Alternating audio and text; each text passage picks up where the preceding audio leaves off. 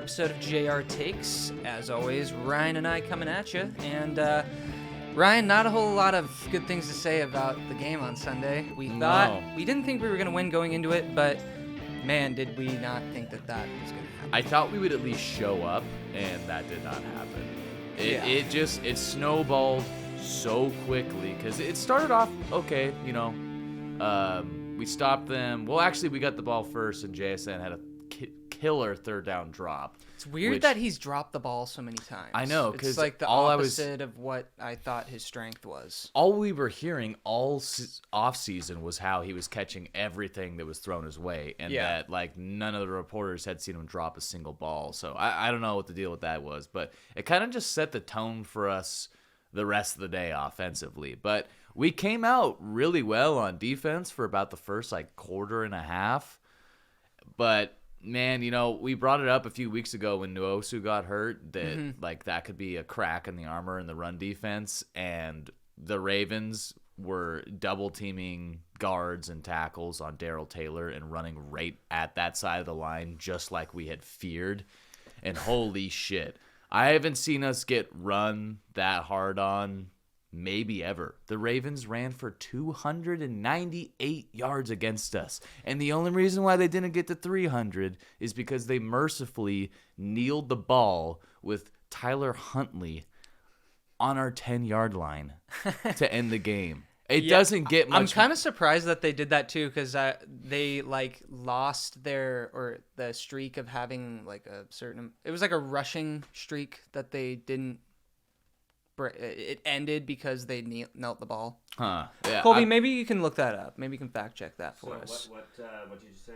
It was some sort of a Ravens rushing record that was broken on Sunday, or it ended on Sunday because they decided to kneel it and not run or whatever. Yeah, I mean, whatever that number was, it's disgusting that we are letting them write history against us because the run defense has been the strong suit of our defense pretty much the whole season, and there's been a little more flaws that have shown up against the Browns and the Cardinals the last couple weeks prior to this game, but you weren't that concerned, you weren't that worried about it being a weakness. And granted, we don't play the Ravens every week.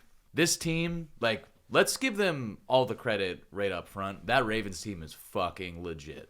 They look like possibly the best team in the NFL right now, because you go back all the way to 2000, let's say 2011, because the Seahawks were really bad in 2010. You can probably count on one hand, maybe another finger or two, how many times we've lost by more than 3 scores, period, in that whole stretch. It is not very often that the Seahawks get steamrolled like this. The last time something like this, of this magnitude happened, was the Rams in 2017. And really, besides that, if we lose by a lot, it's 28-10 or something. But 37-3, just an absolute thrashing, almost a 5-score game. That's pretty rare for a Pete Carroll coach team, and the Ravens did the same thing to the Lions a few weeks before. That's kind of sort of why I'm not that worked up over it, I think. I don't know. I just think we had a bad game, and those happen. The NFL is so inconsistent this year. And it's also especially playing in Baltimore, I don't even know if our best effort beats that Ravens team, to be honest. They are just better than us, and it showed. Especially, it really showed that what separates us from a team like that is our offensive line and our lack of elite depth pieces on the defensive line, because really the battle was won and lost up front in that game. The Ravens' defensive line just kicked our ass.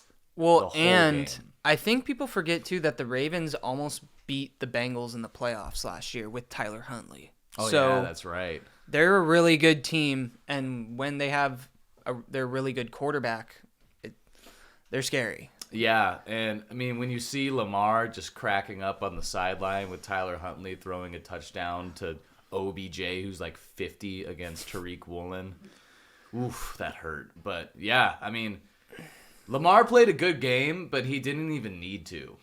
The running game was so dominant, which he was a big part of. I mean, there was a play where Boye had a pressure, and it looked like he was going to sack him, and then it turns from a sack into a 30-yard Lamar run because he's just that insane of an athlete. And we were talking about that last week. Like, is he still as fast as his MVP year? I would say so. Yeah, and he's, 27? Like, yeah, 26, He's 27. probably faster. Well, and he's right now he's a better passer than he was his MVP season. He's doing more advanced quarterback things. So I would say it's not a stretch at all to say he's the front runner as NFL MVP right now. He's playing way better than Patrick Mahomes is. Yeah, that's for sure. Honestly, the game was so bad that there's not a whole lot I remember about it. Yeah, I mean that's probably just self-defense of your like just happiness to just delete what you watched from the game. Yeah. I mean there's I mean what can we really call out as a positive from the game? Boya Mafe got a sack, so that gives him 6 sacks in the last 6 games. An impressive streak. Everybody else, you kind of shat your pants. So, again, we had to say this week 1 against the Rams, we just got to change the diaper and move on to next week because that was some baby shit. Yeah, that was some Brock Purdy baby shit right there, if I've ever seen some.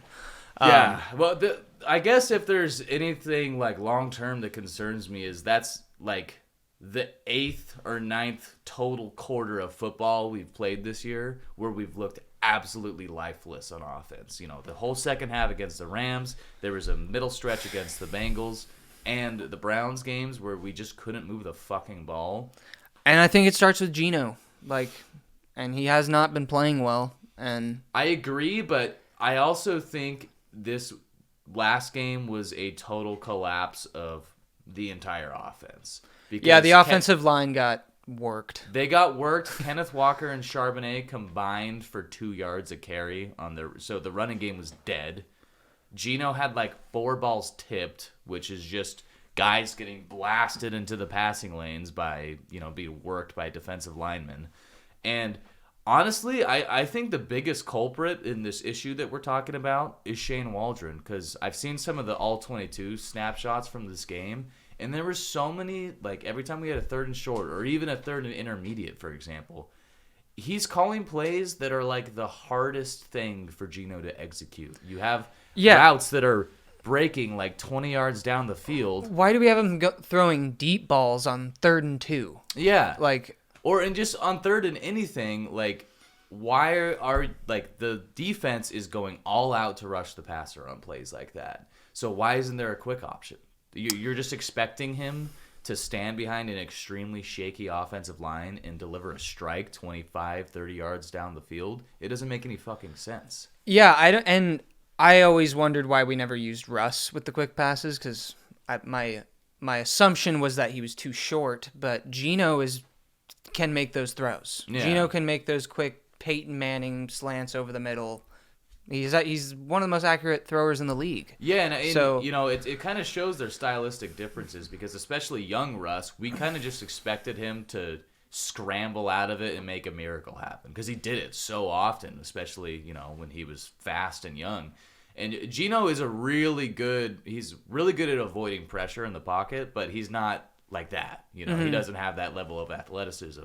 So he really needs to succeed from a clean pocket, and he has shown that he can hit those short passes with success. So I just don't understand why we're not, helping our guy out more and calling some just easy passes. Yeah, I will say in Geno's defense, his strength, I think, is being a game manager and utilizing the weapons that he's given, and it just seems like we're getting away from that. Mm-hmm. And you always got to get away from something to realize how good it was and then go back to it. So I think that's what we're going to be seeing in this game against the Commanders is a lot of play action and a lot of usage of the tight ends. Exactly. I was going to say, I feel like right now, especially the better of a defense we're playing, if we can't get the run game going and we can't have play action, which I think even if you can't get the run game going, just still try still play do action. it. Just do it till it doesn't work. We don't have a lot of opportunities to win when we end up in that situation. So that's something we're going to have to figure out if we want to go somewhere this season. Right. But moving on from the absolute shit show that was the Ravens game to this week, we got the Commanders at 4-5 coming into our house. We got my boy Sam.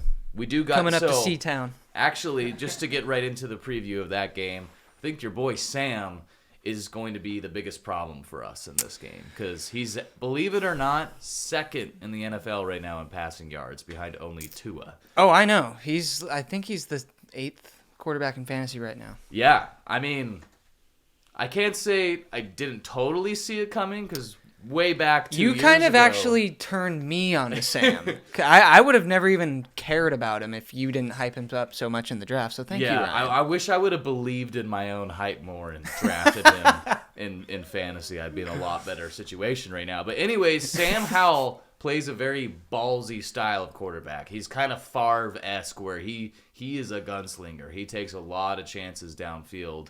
And, he's thrown quite a few picks and is getting sacked at a record-breaking pace despite above-average pass protection, which is something he needs to work on. Can I just say something real quick? I feel like the record-breaking sack thing is the exact same narrative as the best kicker in NFL history. I feel like I hear that every year. Like, Joe Burrow is on record to be sacked more than anyone. Russell Wilson is on record. You know what I mean? But this time, it's just weird. The pace that Sam is on is insane. He's already been sacked close to 40 times. That's crazy. It is just like I feel like I hear that every year. You know what I mean? This time is definitely an outlier, though. Yeah. I will say that.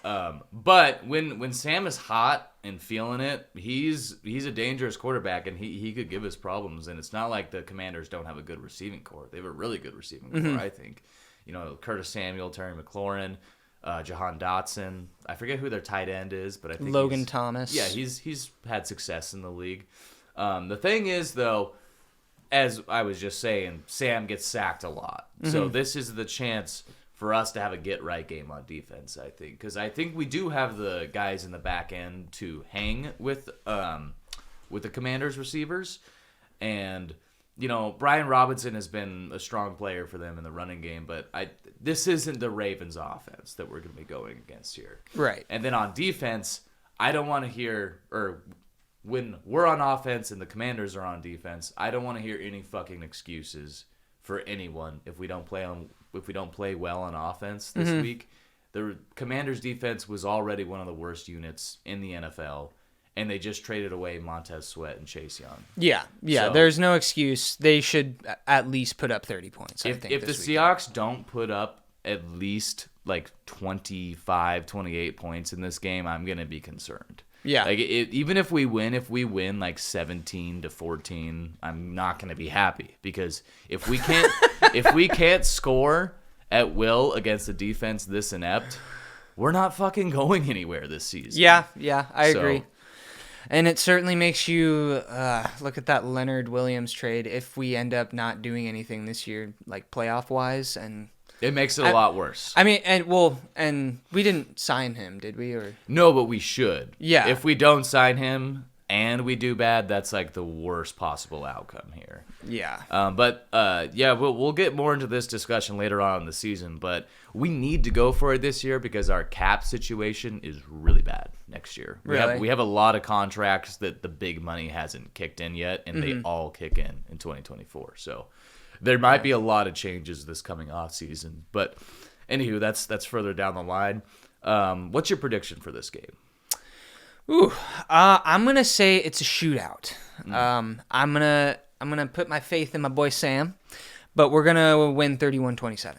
I have a very similar prediction. I think we win 34-24, but it's like maybe the Commanders are leading in halftime because of a few like crazy fluky Sam Howell throws that get completed, and I see this being a kind of a knowing shootout. And I mean the Commanders, they're 4-5 and they have a lot of bad statistical measures about them, but they've almost beat the Eagles twice. So they're not an easy out. It's not like we're playing the Cardinals again. Yeah. So I agree. And the NFL has shown that the parity this year is just crazy.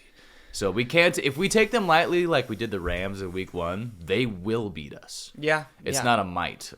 Well, hopefully this is usually when teams get their asses kicked like we did, the next game that doesn't happen. Yeah, that doesn't even come close to I think happening. the Lions so, have won like 2 in a row since they got embarrassed by the Ravens. Yeah. So I don't know. I'm not worried. I think that was just a.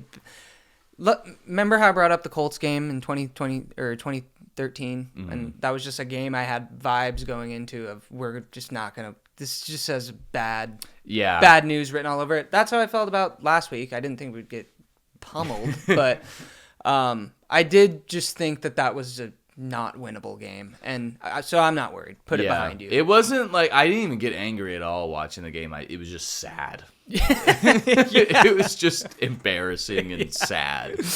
Yeah. But moving on to the Commanders, we're gonna get the dub. So. Yeah, I think this is our get right game, and I think it's gonna be a fun game to watch. Me too. I think there's gonna be some explosive plays that we haven't really seen. It's gonna be fun for me because I'm gonna talk smack, but then not because I'm not actually rooting for the Commanders. I just want Sam to do good. But this is what Dynasty Fantasy does to somebody. Yeah, it's makes terrible. them believe that they're an actual coach. All right, well that's pretty much all I had for this one. You got anything else? Yeah, nope. That's pretty much all I got. And thanks for tuning in. Thanks for listening. Yeah, here's hoping to get right game. Yes. Catch you next time.